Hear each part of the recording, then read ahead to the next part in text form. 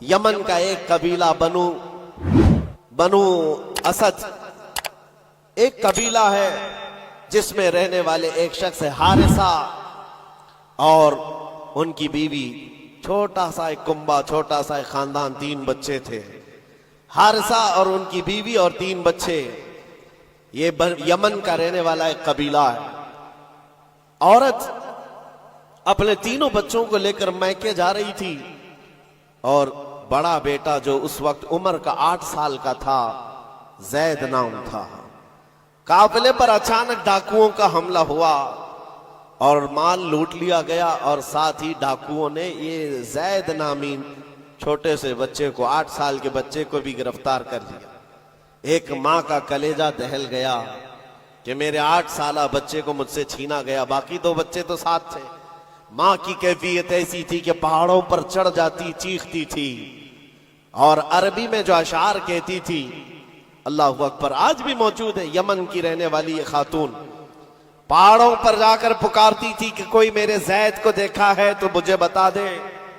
اور جب خبر باپ کو آ کر لگی، باپ جان نچھاور کرتا تھا اپنے بیٹے زید پر. باپ کی ایسی کیفیت کہ کھانا چھوڑ دیا اور مزاج میں تبدیلی ایسی آ گئی کہ لوگوں سے ملنا تک چھوڑ دیا اپنے بیٹے کی جدائی کے غم میں. یمن والے کہتے تھے کہ حارثہ کا بیٹا جو گم ہوا یوسف گم گشتہ ہے، یعنی ایک دوسرا یوسف ہے. جیسے حضرت یعقوب علیہ السلام کے بیٹے یوسف کی علیہ السلام کی دوری ہوئی تھی تو آپ نے غم کیا تھا، حارثہ نے اپنے بیٹے زید کی جدائی میں بہت رویا.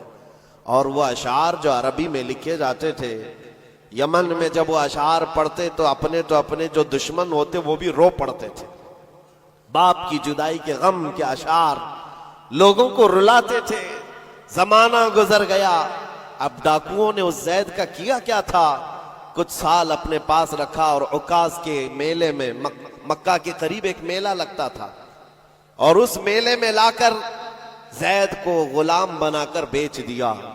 جب بیچا تو یہ زید غلام بن کر کے کس کے حوالے آیا؟ خدیجہ بنت خویلد، ام المومنین حضرت خدیجہ رضی اللہ تعالیٰ عنہا کے گھر، حضرت حکیم بن حزام کے ذریعے سے.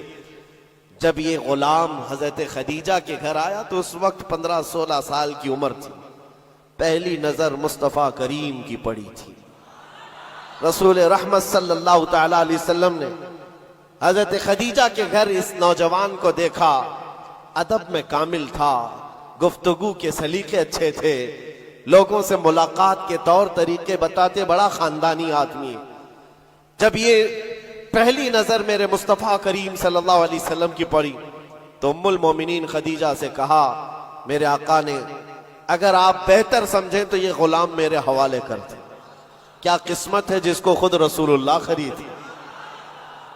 زید کو خرید لیا، بلکہ تحفتاً حضور کو دے دیا گیا. غلامی کا دور ہے. زید یہی وہ حارثہ کے بیٹے ہیں. نبی مکرم صلی اللہ تعالیٰ علیہ وسلم کے حوالے آ گئے. دن رات مصطفیٰ کریم کے ساتھ گزر رہے ہیں. تربیت بھی کسی نے؟ سرور انبیاء نے کی. اور نوجوان کے طور طریقے ایسے. میرے عزیزو، آپ کو پتا ہے یہ وہ زید ہے جس کے بارے میں آپ کو بتاؤں.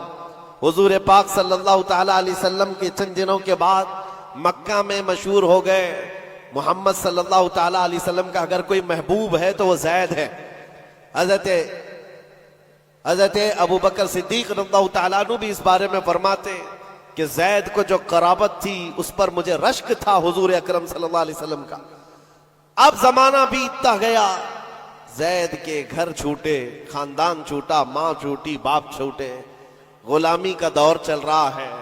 ایک بار حج کے لیے ایک قبیلہ یمن سے آیا ہوا تھا، اور یمن والے حج کرنے کے بعد وہ اشعار سنا رہے تھے جو حارثہ زید کے باپ نے لکھے تھے اشعار، اور رلا رہے تھے. وہاں جب یہ قبیلہ یمن کے وہ اشعار پڑھ کر کے سنا رہا تھا، یہی زید وہاں سے گزر رہے تھے. یمن والوں نے دیکھا، پہلی نظر میں پہچان لیا، یہ وہ زید ہے جس کا باپ پورے یمن کو رلاتا ہے اس کی جدائی میں. یہ مکہ حرم کعبہ کے پاس کیا کر رہا ہے؟ لوگوں سے پوچھا کون ہے. لوگوں سے پوچھ کر کے زید کو بلایا گیا. پوچھا تمہارا نام کا؟ زید. باپ کا نام حارثہ.